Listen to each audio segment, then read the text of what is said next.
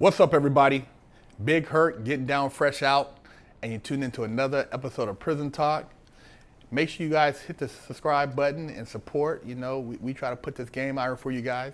And I have with me my man Sean, and this man was an extraordinary out there on the street. He was getting paper. He was making it happen out through New Jersey. And, you know, I always talk about having a mentor and about certain things leaving an impression on you that you know, kind of turn you in a direction to aspire for greatness or to go down another path. And I was curious, you know, because he was involved in finance. He's got his master's. His brother's very educated. What were the elements that inspired him to go on to do what he did? Because, you know, none of the kids I grew up around ever talked about getting into finance or, you know, investing outside of me and one of my close friends. So I'm kind of curious, like, what things impacted you? What even gave you the idea or led you in that direction? Herc, man, I got a summer job. I was 16 or 17. There was a golf course probably about a mile away from my crib. And during this time, getting a summer job was the shit. When school was over, you get a summer job. And a buddy of mine told me about caddying at the golf course. I'm like, golf course? He was like, yo, they pay cash every day. You make money, yo, shit, it's all that. I was like, fuck it, let's go. Changed my life, man. I started caddying when I was about 17. I'm 50 now, so it's about 33 years. And it was on this golf course, man, where I caddied. A lot of the members were managing directors at Smith Barney, managing directors at Bear Stearns, managing directors at Ernst & Young, Arthur Anderson, you know, all these Wall Street from these big banks. And I was one of the best caddies on the golf course. So, you know, I always, when the members would come out, they always want, yo, Lou, let me get Sean on my bag. And for those who don't know, what does the caddy do, man? Because I watched golf a little bit, but I don't know. Motherfucking golf caddy, man, is a scientist, man.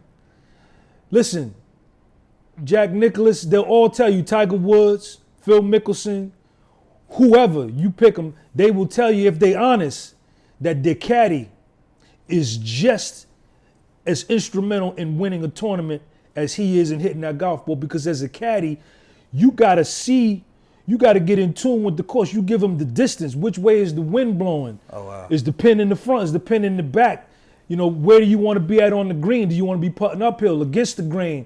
You understand? How is your golfer swinging that day? Is he slicing the ball? You got to help him fix that swing right then. Yo, man, you slicing, roll your right hand over, bring it back.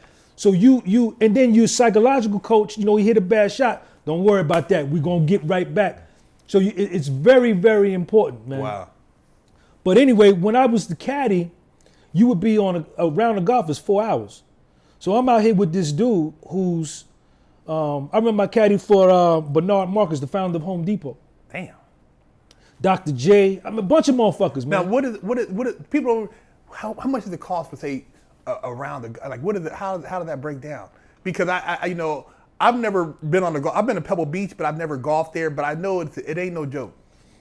Well, if this was a private country club. Okay, so how much is the membership? The membership back then, you're talking about in the 80s, you probably was putting down your $50,000 bond. Ooh. And then you had to pay each time you went out.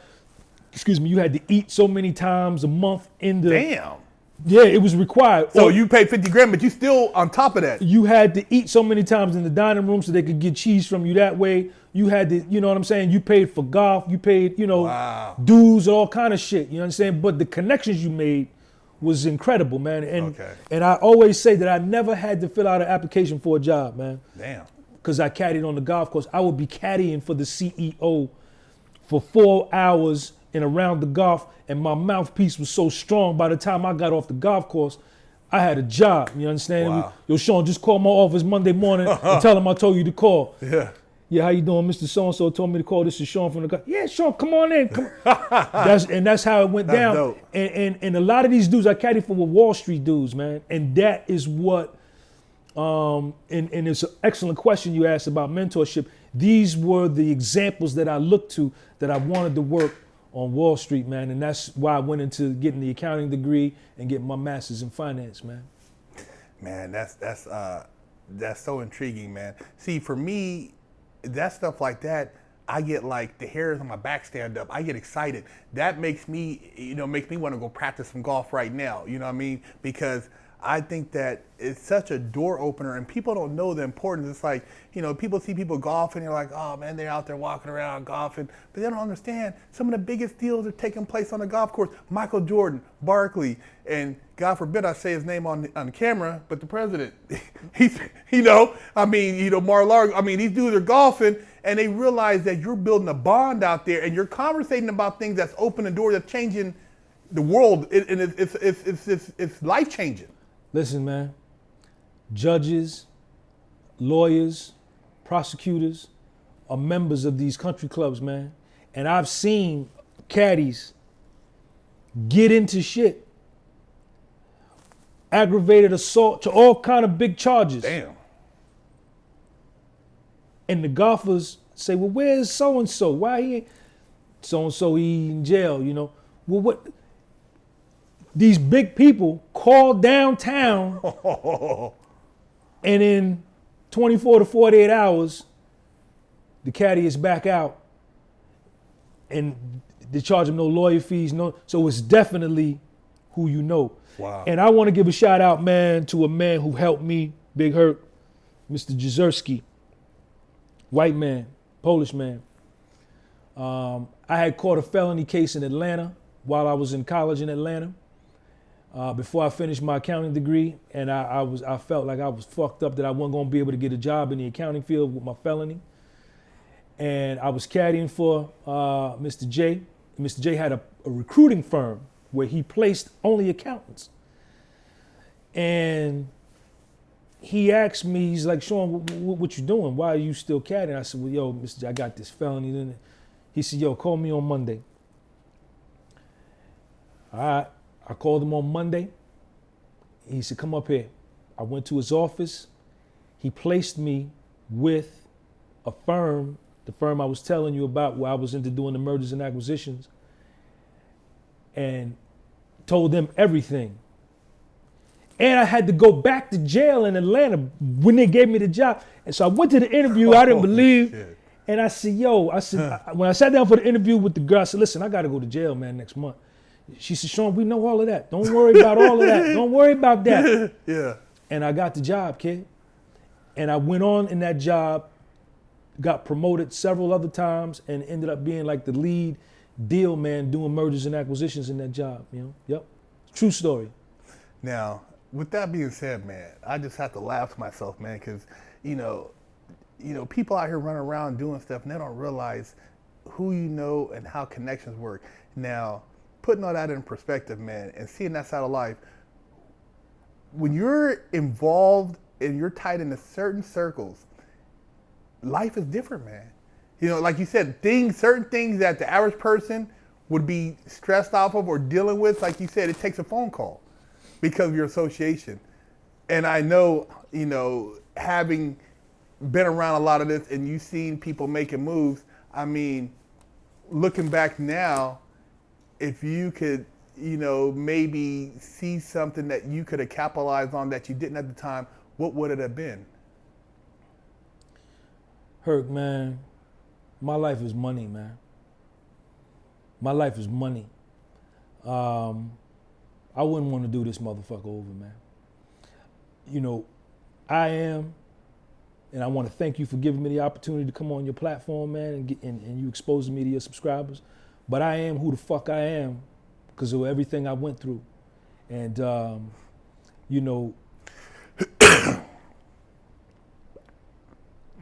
I probably wouldn't have got involved with the drugs, with the smoking weed, if you know what I'm saying? But even that, I'm cool with where I'm at, man. I'm cool. I'm cool with my life, man. Do you feel that maybe you, in your short vision, missed opportunities that you could have capitalized on? I know, me personally, because I thought more short term than long term on some of the things I involved myself in. I look back and I could have capitalized on other things that I didn't. Not to say that I'm, regretful because I had a great life and my life is good, but in hindsight, looking at some things, do you think that you overlooked a few things because of maybe at the time you didn't see the big picture? Well, as a young man, impatience is a motherfucker. And I think had I learned to be more patient, and if I had an older school cat who was guiding me and told me, yo, Sean, chill. Just chill for a minute. Because I was on some shit like, nah, man, fuck that, I need it now, man. We make this shit happen now. I think impatience prevented me from, because I could have stayed in that corporate game and went on and got some stock options in that company because it ended up doing huge numbers. And I could have grew right along with, the company had I been more patient. So yeah, I think impatience, kind of kept some opportunities from me. So as a young person out there, challenging themselves and dealing with just the competitiveness of employment and, job opportunities, what would you give them as far as advice? I always tell youngsters out there, man, if you don't have a connection at a particular corporate job, get you a trade, start your own business, because it's a dying trade. It's a dying breed. Guys who are fabricators, metal workers, people who know how to mechanics. It's like people look like those jobs are dirty, but they pay a lot of money, especially now, more than they did back in the day. So from your perspective, what advice would you give a young person? Because I get a lot of people like, man, what can I do? They're confused. They don't know what direction to go in. Man, in 2020, it's way different than 1987 when I came out of high school. In 2020, man, you really ain't even got to work for nobody, man. You can start a YouTube channel. You can build yourself up on Instagram. There's so many different things you could do. You could start a goddamn t-shirt business. I mean, there's so many things you could do where you can have direct reach to your end user, and you can get money directly from your end user. So I would tell young people right off the top, man, start your own business tomorrow, right? Mm-hmm. But if that ain't your thing, if you're not the entrepreneurial type and you want to go get a job, find out what you love to do. Find out what you like to do. You don't want to, because it's a bunch of motherfuckers that go to jobs, make a lot of money, but they hate the people they work with. They hate waking up in the morning, going to this job, and they got to go now because they got all these bills linked to this paycheck. You understand? I wouldn't do that, right? I would do what was personally satisfying to me, something that I enjoyed, a place where I like to go. If you good with your hands, or you good with cars, then open you up, man, go rent you a garage, or one car garage, and start changing oil, or start, changing transmission fluid. And you'll be amazed at the people that you're gonna meet. And I got a saying, you got to be in the arena in order to see the game. Mm-hmm. You can't be standing outside. I started a window cleaning business when I got home from the joint because I couldn't get a job, even with a master's degree. I couldn't even get a job at Wendy's dropping French fries, nigga, when I got home with a master's degree. Once you put that federal prison shit on your application, then they look at you like, you understand? To the side. And I started a fucking window cleaning business, man. I'm the window cleaner with soul, man. That's my channel, my YouTube channel. I cleaned, my first window was a $3 window. And I used to go out, Herc, man, and make $27 in a day. This is at 47 years old, man. And today I've been cleaning windows for 3 years. I don't no longer make $3 a window no more.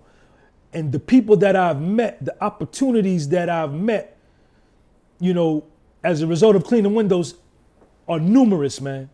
And I would tell young people, get the fuck up and get the fuck out there. Stop running your mouth. Stop wasting time and get to work, man. Just like that, man. And be patient. This shit ain't gonna happen. Stop looking at, Big Herc's channel and seeing all his subscribers. And this shit took time. Stop looking at everybody and see where they at. Don't compare your inside with somebody else's outside. Mm. It's time that went in for them to get to where they are, man. Be patient and take your time, but get to work tomorrow in the morning. Hey, there you guys have it. That's some straight game, man. Get off your ass and quit complaining, quit whining, and it ain't gonna happen overnight. So be prepared for the long haul and make it happen. Big Herc, fresh out, prison talk.